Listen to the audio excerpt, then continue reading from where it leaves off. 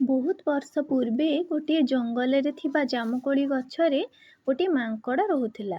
ସେହି ଜାମୁକୋଳି ଗଛ ପାଖରେ ଗୋଟିଏ ସୁନ୍ଦର ପୋଖରୀଟିଏ ଥିଲା।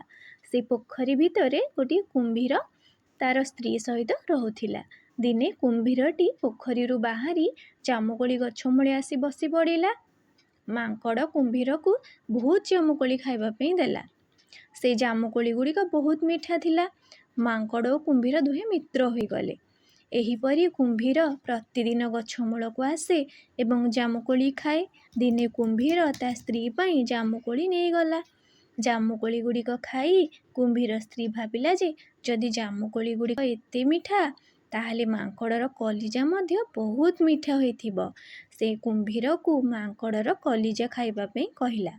ତାପର ଦିନ କୁମ୍ଭୀର ମାଙ୍କଡ଼କୁ ନିଜ ଘରକୁ ଯିବା ପାଇଁ କହିଲା ଏବଂ ନିଜ ପିଠି ଉପରେ ମାଙ୍କଡ଼କୁ ବସାଇ ପୋଖରୀରେ ପହଁରିବାକୁ ଲାଗିଲା।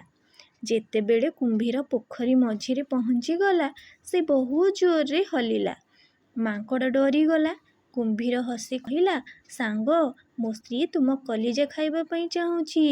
ଏହା ଶୁଣି ମାଙ୍କଡ଼ ସାଙ୍ଗେ ସାଙ୍ଗେ ଉତ୍ତର ଦେଲା ଯେ ସେ ତା କଲିଜା ଗଛରେ ଥିବା କୋରଡ଼ରେ ଛାଡ଼ି ଦେଇ ଆସିଛି। କୁମ୍ଭୀର ମାଙ୍କଡ଼କୁ ପୋଖରୀ କୂଳକୁ ନେଇଗଲା।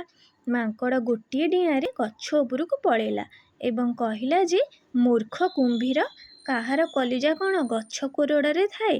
ଏହା ତ ଶରୀର ଭିତରେ ଥାଏ। ତୋ ଭଳି ସାଙ୍ଗ ମୋର ଦରକାର ନାହିଁ। ଏହା ଶୁଣି କୁମ୍ଭୀର ମନ ଦୁଃଖରେ ଘରକୁ ଫେରିଲା। ଏଥିରୁ ଆମେ ଶିକ୍ଷା ପାଇଲେ ଯେ ସାଙ୍ଗ ଦେଖି ଚାହିଁ କରିବା ଉଚିତ, ନହେଲେ ଆମେ ନିଜେ ହିଁ କ୍ଷତିରେ ପଡ଼ିବା।